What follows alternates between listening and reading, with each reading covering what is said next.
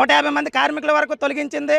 వారి కోసం సిద్దిపేట జిల్లా మర్కూర్ మండల కేంద్రంలో బీఆర్ఎస్ పార్టీ ఆధ్వర్యంలో మాజీ మంత్రి హరీష్ రావు జన్మదిన వేడుకలు ఘనంగా నిర్వహించారు.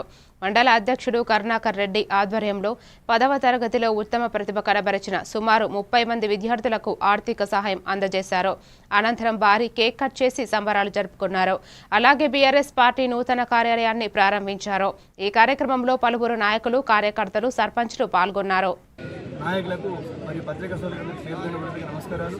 హరీష్ అన్న అనిత్యం కష్టంలో పాల్పంచుకొని ఆయన తెలంగాణ రాష్ట్ర సాధనలో కూడా కీలక పాత్ర పోషించింది. అలాంటి వ్యక్తి నిండు నూరేళ్ళు ఆరోగ్యాలతో అష్టైశ్వర్యాలతో సుఖంగా గడపాలని ఆ భగవంతుని ప్రార్థిస్తున్నాం. హరీష్ అన్న 5 మంది అమ్మాయిలకు 10వ తరగతి సాధించిన అమ్మాయిలకు బహుమానం ఇవ్వడం జరిగింది.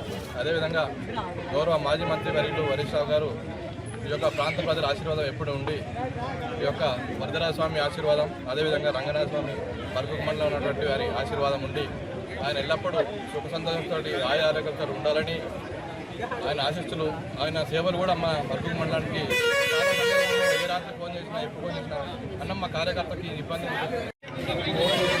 ఈరోజు మర్కూర్ మండల కేంద్రంలో మాజీ మంత్రివర్యులు సిద్దిపేట ఎమ్మెల్యే తన్నీరు హరీష్ రావు గారి బర్త్డే సందర్భంగా ఈరోజు మర్కూర్ మండల కేంద్రంలో మా బీఆర్ఎస్ పార్టీ ఆధ్వర్యంలో విధంగా జరుపుకోవడం జరిగింది.